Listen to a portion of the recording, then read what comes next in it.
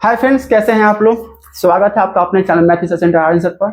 अभी क्लासेस चल रहा है रीजनिंग का, बहुत ही इंपॉर्टेंट है और रीजनिंग का जो टॉपिक है वो भी बहुत ही इंपॉर्टेंट है, टोटली रेलेवेंट बेसिस से है, प्रीवियस क्वेश्चन है।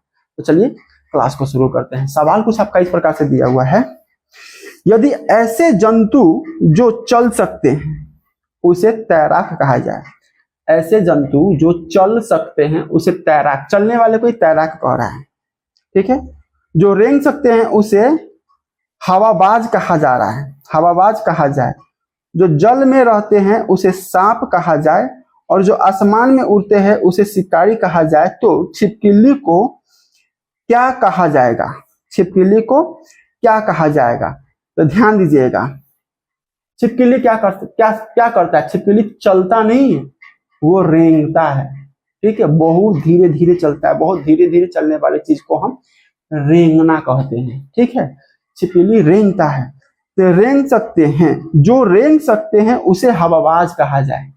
तो छिपकली क्या है? हवाबाज है, वो रेंगने वाला प्राणी है, तो हवाबाज है। तो इसका आंसर क्या है? हवाबाज। ऑप्शन नंबर क्या है इसका? 2। क्वेश्चन नंबर 1 का ऑप्शन नंबर 2 सही आंसर है, ठीक है। ऑप्शन नंबर 2 आपका एकदम सही आंसर है। नेक्स्ट, यदि बादल को सफेद कहा जाए, सफेद को वर्षा कहा जाए, वर्षा को हरा कहा जाए, हरा को हवा कहा जाए, हवा को नीला कहा जाए और नीला को जल कहा जाए, तो पक्षी कहाँ उड़ेंगे? हम जानते हैं पक्षी उड़ता है आसमान में, हवा में, पक्षी उड़ता है हवा में, ठीक है। और हवा को यह क्या कह रहा है? ये हवा को नीला कहा जा रहा है। हवा को क्या कहा जा रहा है? नीला। हवा को नीला कह रहा है, तो ऑप्शन आंसर क्या होगा हमारा? नीला सही आंसर है। नीला ऑप्शन नंबर कितने में है? तो ऑप्शन नंबर 1 में है। तो 2 नंबर क्वेश्चंस का ऑप्शन नंबर 1 आपका सही आंसर है, ठीक है। 2 नंबर क्वेश्चंस का ऑप्शन नंबर 1 आपका सही आंसर है। नेक्स्ट क्वेश्चन, यदि वर्षा को गुलाबी कहा जाए, गुलाबी को बादल कहा जाए, बादल को जल कहा जाए, जल को पुल कहा जाए और पुल को चंद्रमा कहा जाए, तो आप किस चीज से अपना हाथ धोएंगे? हम हाथ धोते हैं जल से। और जल को ये क्या कह रहा है? जल को ये क्या कह रहा है? जल को पुल कहा जाए, पुल कह रहा है, तो हम हाथ किस चीज से धोएंगे? पुल से धोएंगे। इस क्वेश्चन के हिसाब से हाथ किस चीज से धोना होगा? तो पुल से धोना होगा। पुल इसका सही आंसर है। तो पुल ऑप्शन नंबर 4 में है। तो 3 नंबर क्वेश्चन का ऑप्शन नंबर 4 आपका सही आंसर है, ठीक है। 3 नंबर क्वेश्चन का ऑप्शन नंबर 4 आपका सही आंसर है। नेक्स्ट, यदि जल को काला कहा जाए, काला को वृक्ष कहा जाए, वृक्ष को नीला कहा जाए, नीला को वर्षा कहा जाए, वर्षा को गुलाबी कहा जाए और गुलाबी को मछली कहा जाए, तो आसमान का रंग क्या होगा? आसमान का रंग क्या होगा? हम जानते हैं आसमान का रंग नीला होता है, ठीक है, नीला होता है। तो इसमें नीला को क्या कहा रहा है?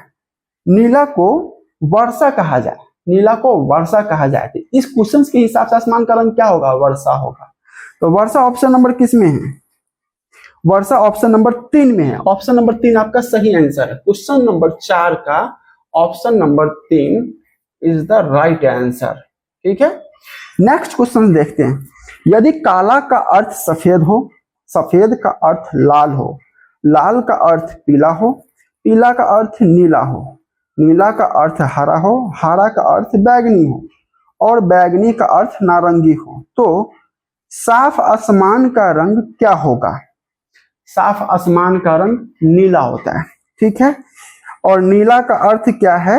हरा। इसका मतलब वो नीला रंग को हरा कह के बुला रहा है, ठीक है। तो साफ आसमान का रंग क्या होगा? हरा होगा, ठीक है। तो क्वेश्चन नंबर 5 का ऑप्शन हरा किस में है? क्वेश्चन नंबर 5 का ऑप्शन हरा आपका, ऑप्शन हरा, ऑप्शन हरा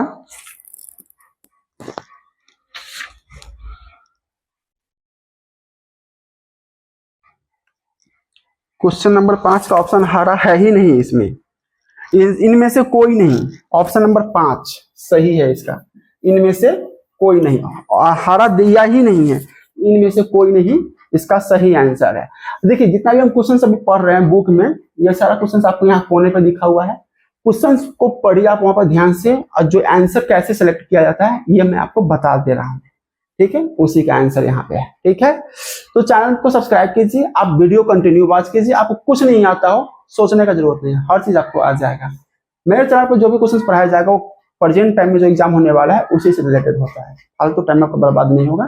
मिलते हैं अगले क्लासेस में।